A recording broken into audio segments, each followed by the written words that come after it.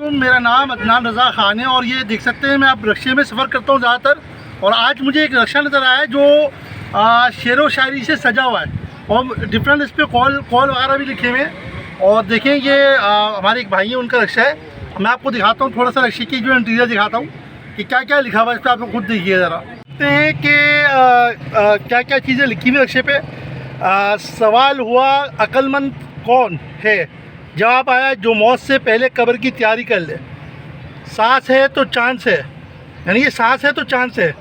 सही बात है भाई, सांस है तो चांस है, वरना चांस का बच्चा आपके पास। हमारी सारी ज़िंदगी ऐसी बात की फ़िक्र में लगी रहती है कि लोग क्या कहेंगे, और आखिर में लोग यही कहते हैं इन्ना लिल्लाहि व इन्ना इलैहि राजिऊन। इसके अलावा आप पढ़ सकते हैं कि नफ़रत से, बगावत से, चुगली से, झूठ से, बुराई से बचो। सही है, जागना है तो जाग ले, अफलाक के साए तले, फिर तो हशर तक सोता रहेगा खाक के साए तले। इसी तरह नीचे तक के शेरो शायरी है, बाकी आप पढ़ते जाएं और देखते जाएं। ये पूरा डेकोरेट रक्शा है, इसमें पंखा भी लगा हुआ है और इसमें एक और शेर लिखा हुआ है, मेरी मैयत को दफनाने से पहले मेरा दिल निकाल लेना। मेरी मैयत को दफनाने से पहले मेरा दिल निकाल लेना, कहीं ऐसा ना हो कि दिल में रहने वाले खाक में मिल जाए। और इसके साथ लिखा हुआ है जियो और जीने दो।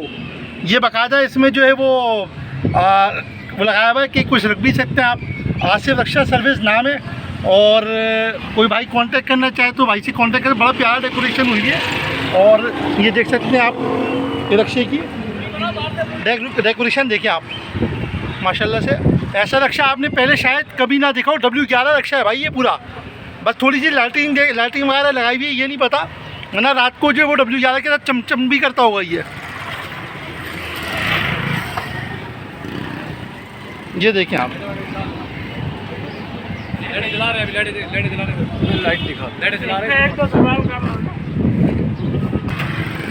आपने माशाल्लाह से ये शेरो शायरी लिखी हुई है और उसका डेकोरेट किया हुआ है, इसकी क्या वजह है?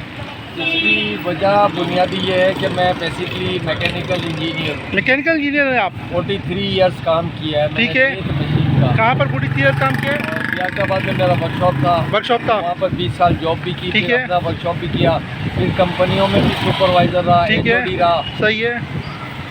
पूरा 43 साल का सर्कल घूमने के बाद मैंने इस रक्शे से मोहब्बत की। सही। और इसलिए की कि मैं काम करते करते बहुत थक गया था, बहुत टेंशन में गया था, सर मेरा। तो आप रक्शा चला रहे हैं, लोग कहते हैं कि रक्शा वाले को लोग जो थोड़ा सा हकीर नज़र से देखते हैं, मगर मैं ये पूछूंगा कि आप अपने रोज़गार से खुश हैं, मतलब या फिर मतलब देखिए ना, अपनी फील्ड से अगर मैं कमाना चाहूँ तो 2.5-3 लाख रुपए महीना मेरे लिए कमाना मामूली बात है। ठीक है, लेकिन इसमें मैं 40-50 हज़ार रुपए महीना कमाता हूँ। लेकिन फायदा ये है कि मैं सुकून की नींद सो रहे हैं। मैकेनिकल इंजीनियरिंग आपने बकायदा तालीम की हासिल की है? मैंने तालीम से नहीं, मैंने छोटे छोटे वर्कशॉप, मतलब आपने स्टार्ट किया तो मतलब सीख के आपने मतलब पूरी उसकी टेक्निकल चीज़ें सीख ली थी आपने? बिल्कुल, ठीक है।